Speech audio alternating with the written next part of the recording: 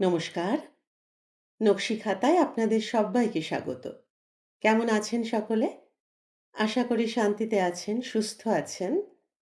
আজ যে গল্পটি পড়ে শোনাবো, তার নাম 'কপালে নেইকো ঘি'।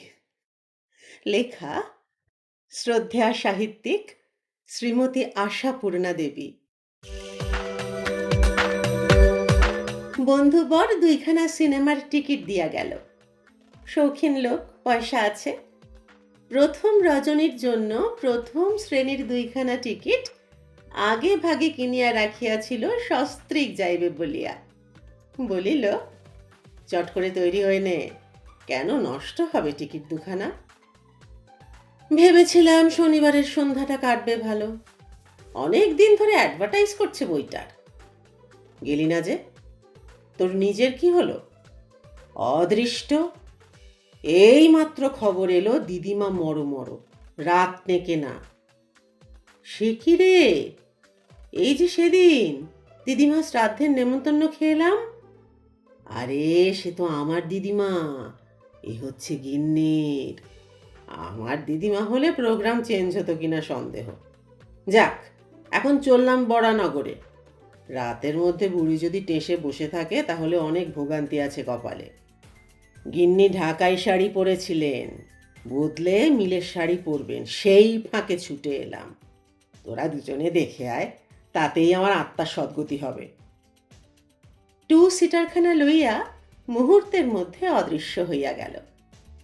আছে বেশ, এই পেট্রোল কন্ট্রোলের বাজারেও। ছেলের গায়ে টিকা দেবার মতো গাড়ির গায়ে এআরপি দাগিয়া দিয়া নির্ভয় সারা কলিকাতা চষিয়া বেড়াইতেছে। যাক, যথা লাভ। একেই তো গৃহিণী ছবির নামে পাগল। তাছাড়া এই ছবিখানায় নাকি চিত্র আকাশের সবগুলি তারকার একত্রে উদয়। কাজেই শুনিলে যে এখনই আনন্দে লাফাইয়া উঠিবেন, সে বিষয়ে সন্দেহ নাস্তি। আমারও শনিবারের সন্ধ্যাটা মন্দ যাইবে না। আজকাল তো ছুটির দিনগুলো কোথা দিয়া কাটিয়া যায় টেরই পাই না। সময় পাইলেই চাল, চিনি, আটা, কয়লার মতো দুর্লভ বস্তুর সন্ধান করিতে হন্যে হইয়া বেড়াইতে হয়। কিন্তু থাক, ওসব কথা তুলিয়া কাজ নাই, তুলিলে ফুরাইবে না। দুঃখের সমুদ্র উথলাইয়া উঠিবে। তাছাড়া দুঃখ নিবেদন করি কাহাকে? এখন সকলেই ভাঁড়ে জল খাইতেছেন। গৃহিণী অবশ্য বলেন, জগৎ শুদ্ধ লোক সমস্তই ঠিক পাচ্ছে, তুমি কিছু পাও না। আশ্চর্য! যাক, তিনি তো অনেক কিছুই বলেন। আপাতত কি বলিবেন তাহাই আন্দাজ করিতে করিতে উৎফুল্ল চিত্তে ভাঁড়ার ঘরে উঁকি দিতে গেলাম। নাই, অসময় ঘরে তালাবন্ধ। তাড়াতাড়ি ঘরে আসিয়া দেখি বেশভূষার উদ্যোগে ব্যাপৃত। আন্দাজ করিলাম বৈঠকখানার জানালায় চোখ কান পাতাই ছিল। শান্তিপুরে শাড়ির পাট খুলিতেছেন। স্বস্তি বোধ করিলাম, কারণ সময় খুব বেশি নাই। পিঠ চাপড়ানো গোছ হাসি হাসিয়া বলিলাম, এই যে তৈরি হয়ে নিয়েছ, গুড। চলো, নিখরচায় আমোদ করে আসা যাক একদিন। শেষের দাবি, প্রথম দিনেই দেখা যাবে। কি বলছো বাজে বাজে? নিখরচার আমোদ আবার কি জিনিস? কেন জানো না তুমি? নির্মল টিকিট দুখানা দিয়ে গেল, দেখনি? তোমার কি ধারণা আমি 24 ঘন্টা তোমার বৈঠকখানা ঘর চৌকি দিচ্ছি? খেতে কাজ নেই যেন। বলি, বন্ধুর হঠাৎ শখ উথলে উঠল যে? 2-4 বস্তা কয়লা জোগাড় হয়েছে বুঝি? হতে পারে, কিন্তু তোমার তাহলে এসব জড়িপাড় শাড়ি টাড়ির অর্থ? হরিবাবুর বাড়ি সিন্নি হবে, মাসিমা নিজে এসে বলে গেছেন। করুণভাবে শুধাই, তাহলে কি বলবো বলো? স্বর নিষ্করুণ, নিষ্পৃহ। ফেলা যাবে টিকিট দুটো। আমি আরো করুণ হইবার চেষ্টা করি। উপায় কি? সত্যনারায়ণ ফেলে বায়োস্কোপ, পাপে ডুববো নাকি? বন্ধু আর দিন পেলেন না। শাড়িখানি গুছাইয়া পরিলেন, চুলে বোধ করে এই তৃতীয়বার চিরুনি চালাইলেন। মুখে হেজলিন, কপালে টিপ প্রভৃতি যেখানে যা সাজে মানাইয়া লইয়া পরিত্যক্ত শাড়ির আঁচল হইতে চাবির রিং খুলিয়া লইয়া পরিহিত শাড়ির আঁচলে বাঁধিতে বাঁধিতে অমায়িকভাবে বলিলেন, তা তুমি অমন মন খারাপ করে বসে পড়লে কেন? যাবে তো যাও না, একলা যেতে নেই কি? অন্য সময় অবশ্য সম্পূর্ণ বিপরীত মতই ব্যক্ত করেন। ভালোই তো হলো, আমি বাড়ি থাকবো না, একলাটি বসে থাকার চেয়ে দেখেই এসো বরং। দয়াময়ী, হাহ। থাক, মনের কথা প্রকাশ করা বর্বরতা। ভদ্রতা করিয়া বলি, তুমি সঙ্গে না থাকলে দেখে সুখ কি? আলুনি তরকারির মতো বিস্বাদ। আহা, কথার ভরচাজ। যাবে তো যেও, না যাও তো সময়ে খেয়ে নিও, ঠাকুরকে বসিয়ে রেখো না। আর তুমি? আমি ওখান থেকেই খেয়ে আসবো। মাসিমা কি ছাড়বেন? আজ নতুন জামাই আসবে যে, লিলির বর। সবাই মিলে আমোদ আহ্লাদ করবার জন্যই তো মাসিমা অত করে বলে গেলেন আরো। অর্থাৎ একমাত্র সত্যনারায়ণের আকর্ষণ নয়, এবং তিনি নিজেও যে একটি সুচতুরা, সুরসিকা এবং সুগায়িকা, সে সম্বন্ধে মাসিমার চাইতে তাহার জ্ঞান কিছু কম নয়। আত্মজ্ঞান আর কি। তবু শেষ চেষ্টার মতো, সত্য কথা বলিতে কি, আমার অসাক্ষাতে তিনি যে অন্যের সামনে গুণপনা ব্যক্ত করিবেন, সেটা আমার তেমন ভালো লাগে না। বলি, পরের বর নিয়ে আমোদ আহ্লাদ করার দরকার কি? নিজেরটি নিয়ে। উত্তরের পরিবর্তে একটি কুটিল কটাক্ষ ও সদর্পে প্রস্থান। প্রথমটা আসিল অবসাদ, দূরছাই থাকবে ভাব। ঠাকুরকেও চাকরকে ডাকিয়া টিকিট দুইখানা দিলে কেমন হয়? কিন্তু পৌরুষাভিমান জাগিয়া উঠিল। কেন? তিনি অপর 5 জনকে লইয়া আমোদ করিতে পারেন, আমি পারি না? সৌজন্য দেখাইয়া দেখাইয়া উহাদের অভ্যাসগুলো আমরাই বধ করিয়া তুলিয়াছি। মনে করেন আমাদের যেন মরিবার একটা চুলাও নাই কোথাও। না, দেখাইয়া দিব, আমোদ করিতে আমরাও জানি। সাইকেলখানা লইয়া ছুটিলাম বন্ধু অবনীর বাড়ি। অবনীর স্ত্রী সুন্দরী বলিয়া গৃহিণীর তাহার উপর বরাবর বিদ্বেষ। হয়তো সেই জন্যই তাহার কথা আগে মনে পড়িল। আর একখানা টিকিটের দাম লাগে লাগুক, সস্ত্রীক নিমন্ত্রণ করিব অবনীকে। ট্যাক্সি ভাড়া দিয়া লইয়া যাইব। চা, ice cream, পোটাটো chips, dalmut, magnolia. Cinema দেখিতে গেলে ছবির সঙ্গে সঙ্গে যে যে বস্তুগুলি গলাধ্যকরণ করা বিধি, সবগুলি কিনিয়া দিব। এবং এই তুচ্ছ জিনিসগুলি অবনীর বউ কিরূপ বালিকা সুলভ আনন্দে ভক্ষণ করিয়াছে, গৃহিণীর কাছে তাহা অলঙ্কারাদি সহ গল্প করিব। কিন্তু সাধে বাদ সাধিলেন ভগবান। অবনী বলিল, ভাগ্যে নেই ভায়া, 5 দিন ধরে চেষ্টা করছি টিকিটের জন্যে, পাইনি। গিন্নি মুখ নাড়া দিচ্ছিল, ফার্স্ট নাইটে দেখতে হবে এই ওর একটা বাতিক। কিন্তু কপালের গেরো, ছেলেটা এই মাত্র সিঁড়ি থেকে পড়ে কপাল ফাটিয়েছে। যাচ্ছি আয়োডিন আর তুলো আনতে, বাড়িতে আছে সবই, দরকারের সময় তো পাওয়া যায় না। তুমি একেবারে লাস্ট মোমেন্টে এলে, আগে জানা থাকলেও বা। হ্যাঁ, যেন আগে জানা থাকিলে ছেলে কপাল ফাটাইতে কুণ্ঠা বোধ করিত। মনে মনে অবনীর খাঁদা নাকে একটা ঘুষি বসাইয়া ছুটিলাম নিখিলেশের বাড়ি। সৌন্দর্যের বালাই না থাকিলেও বিদুষী বলিয়া খ্যাতি আছে নিখিলেশের বউয়ের। মনের পাপ গোপন করিব না, গৃহিণী এই পাশ করা মেয়েটিকে 2 চক্ষের বেশ দেখিলেও আমি আলাপ আলোচনা করিয়া সুখ পাই। প্রস্তাব শুনিয়া নিখিলেশ বিনয় গলিয়া গিয়া বলিল, আনন্দের সঙ্গে রাজি ছিলাম ভাই, কিন্তু হলো না।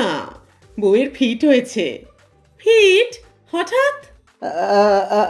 হঠাৎ ঠিক নয়, হয় মাঝে মাঝে, বিকেলে মার সঙ্গে বুঝি কি কথা কাটাকাটি হয়েছিল, তারই এফেক্ট আর কি।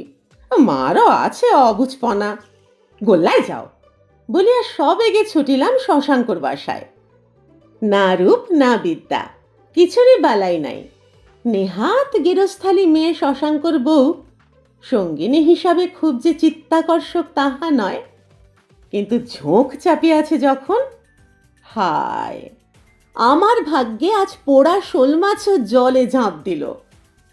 শশাঙ্ক মাথা চুলকাইয়া বলিল, ভারী আহ্লাদ হতো ভাই যেতে পারলে, কিন্তু বড্ড অদিনে এলে। অদিন তোমার নয় আমার, কিন্তু কারণটা, শিবপুর থেকে বৌদির বাপের বাড়ির মেয়েরা এসেছেন বেড়াতে। তাঁদের সামনে দিয়ে নিজের বউটি নিয়ে সে কি হয়? আর নিজের বউ বলেই তো ভরসা হে, পরের বউ নিয়ে বেরোবার শখ করলেই বরঞ্চ বিপদ। যাক, বলি দাদা স্ত্রী বৌদি তো আছেন বাড়ি। তা অবশ্য আছেন, কিন্তু তিনি তো গল্পেই মশগুল। অতিথি সৎকার বলে জিনিস আছে তো একটা, একটু ত্রুটি হলে পরে অনেক কথা উঠবে। বুঝতেই পারছো বাঙালির সংসারের ব্যাপার। তাছাড়া বাড়িতে কোনো রকম কথা সৃষ্টি হবার সুযোগ আমি দিই না। নিপাত যাও বলিয়া ঊর্ধ্বশ্বাসে ছুটিলাম কমলাক্ষর বাসায়। শশাঙ্ক ডাকিয়া বলিল, তোমার টাইম তো হয়ে গেল মনে হচ্ছে, আমার আবার ঘড়িটা কদিন। কথায় কান দিলাম না, একটু আরম্ভ হয় হোক। সেই যুদ্ধের ছবি আর একঘেয়ে বক্তৃতাগুলো শেষ হইলেই মঙ্গল। কমলাক্ষ দি বেস্ট ম্যান সঙ্গী হিসাবে। পশারহীন উকিল, বিবাহ করে নাই, কাজেই তাহার বাটপারের ভয় নাই। গেঞ্জির উপর পাঞ্জাবিটা চড়াইবার ওয়াস্তা। ভাবনা শুধু বাসায় আছে কিনা।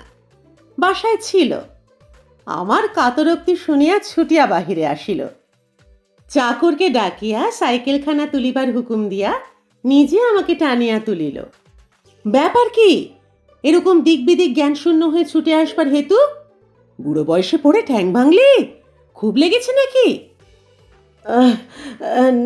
নেহাত কমও নয়, এসেছিলাম তোকে ধরে নিয়ে যেতে, দৌড়ে এসে আছাড় খেলাম। বাড়ির সামনে এরকম রোয়াক রাখা খুব অন্যায়, বাস্তবিক অন্যায়, খুবই অন্যায়। গম্ভীরভাবে উত্তর দেয় কমলাক্ষ। কালই ভাঙিয়ে ফেলবো রোয়াকটা। কিন্তু হঠাৎ এ গরিবের উপর নেক নজর কেন? গিন্নি বাপের বাড়ি নাকি গৃহবিচ্ছেদ? থাক ভাই, সেসব দুঃখের কথা। এখন রিকশো ডেকে দাও একটা। গৃহিণী ফিরিলেন অনেক রাত্রে। ঘরে ঢুকিয়া কহিলেন, এত গরমে চাদর গায়ে শুয়েছ যে, শরীর ভালো তো?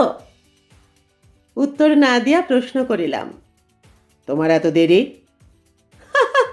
আর বলো কেন, সেই যে বলে না, বিধি যখন মাপান উপরে উপরই চাপান। আমার হলো তাই। গিয়ে দেখি সেখানেও বায়োস্কোপের টিকিট কেনা। নতুন জামাই সবাইকে দেখাবে। গাড়ি দাঁড়িয়ে বললাম যাব না, ছাড়লে না কিছুতে। অর্থাৎ তিনি যখন সিনেমা গৃহ আলো করিয়া নিজের এবং অন্যের আনন্দ বর্ধন করিতেছিলেন, আমি তখন দুইখানা ফার্স্ট ক্লাস টিকিট পকেটে ভরিয়া লোকের দৌড়ে দৌড়ে হত্যা দিতেছি। দৃষ্টিস্বরে বিদ্ধ করিয়া বলি, আর তোমার সাধের সিন্নে ভক্তিভাজন বাবা সত্যনারায়ণ, তাঁর কি গতি হলো? আহা, কথার কি ছিরি, ঠাকুর দেবতা নিয়ে ঠাট্টা। মাসিমা তো আর বায়োস্কোপ দেখতে যাননি, পুরুত ঠাকুরও না। আমরা ফিরে এসে প্রণাম করে প্রসাদ খেলাম। তারপর খাওয়া দাওয়া, আমোদ আহ্লাদ, হই হই কাণ্ড। সতু ঠাকুরপো আড়ি পাতবে বলে ছাদ থেকে দড়ির মই ঝুলিয়ে রেখেছে জানলার পাশে। তাই আবার মেসোমশাইয়ের চোখে পড়েছে। সে যে কি মজা, কি বলবো তোমায়। আহ্লাদে আটখানার জীবন্ত ছবিখানি, কিছুই বাদ গেল না। হই হই রই রই, খাওয়া দাওয়া, আমোদ আহ্লাদ। সবই বজায় থাকিল। উপরন্তু প্রসাদ, অচলা ভক্তির অসীম মহিমা। জয় সত্যনারায়ণ। আর আমি নরকের কীট, ভক্তিও নাই মুক্তিও নাই। হায় প্রতিশোধ। গৃহিণী বেশভূষা বদলাইয়া জর্দার কৌটোটি হাতে খাটের একপাশে বসিয়া কহিলেন, তারপর তুমি গিয়েছিলে নাকি? হুম বলিয়া কষ্টে পাশ ফিরি। গিয়েছিলে? বেশ করেছ। আমি ভাবছিলাম হয়তো সেই থেকে শুয়ে আছো। যে কুঁড়ে মনীষী, কেমন দেখলে? বেশ হয়েছে না? বলিয়া চাদরখানা টানিয়া চুনে হলুদ লাগানো পাটা ভালো করিয়া ঢাকা দিই। গল্পটি শেষ হলো। কেমন লাগলো জানাবেন। যদি ভালো লাগে চ্যানেলটি সাবস্ক্রাইব করে আমার পাশে থাকবেন। নকশি খাতাকে আপনার নিজের করে নেবেন। সকলে খুব ভালো থাকুন, আনন্দে থাকুন, সুস্থ থাকুন, পরিবারকে নিয়ে শান্তিতে থাকুন। শিগগির দেখা হচ্ছে আরেকটি গল্প নিয়ে। আজ আসি।